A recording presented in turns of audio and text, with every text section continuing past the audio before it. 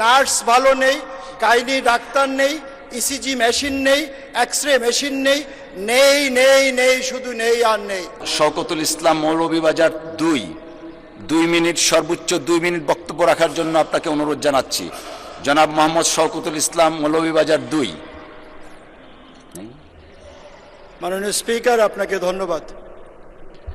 এই সংসদে আমার প্রথম দিন, আমি কথা বলার প্রথম দিন। আমি মহান রব্বুল আলামিনের কাছে শুকরিয়া আদায় করছি আমাকে এই মহান সংসদে দাঁড়িয়ে কথা বলার সুযোগ দান করার জন্য।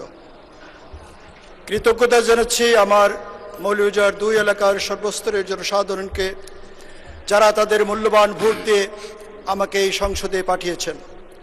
কৃতজ্ঞতা জানাচ্ছি মাননীয় প্রধানমন্ত্রী তারেক রহমানকে আমার উপর আস্থা রাখার জন্য। আমি আমার নির্বাচনের পরে আমার হাসপাতালে পরিদর্শন করতে গিয়েছিলাম। আমি প্রথমে গিয়েছিলাম ইমার্জেন্সিতে। ইমার্জেন্সি যে একটা শব্দ, সেই শব্দটা আমি হাসপাতাল ইমার্জেন্সি রুমে গিয়ে সেই শব্দটা কি বলবো, সেই শব্দটা যে এত বেমানান সেখানে, সেটা আমি কল্পনাও করতে পারি। আমার এলাকার কথা ছিল 50 শয্যা বিশিষ্ট হাসপাতাল, কিন্তু বাস্তবে 31 সদস্য বিশিষ্ট হাসপাতাল। আমার দরকার কমপক্ষে 250 শয্যা বিশিষ্ট হাসপাতাল। রোগীরা মাটিতে ম্যাট্রেসে যেখানে পারে সেখানেই ঘুমাচ্ছে। তাদের যে অবস্থা, সেই অবস্থা আমি বর্ণনা করতে পারবো না।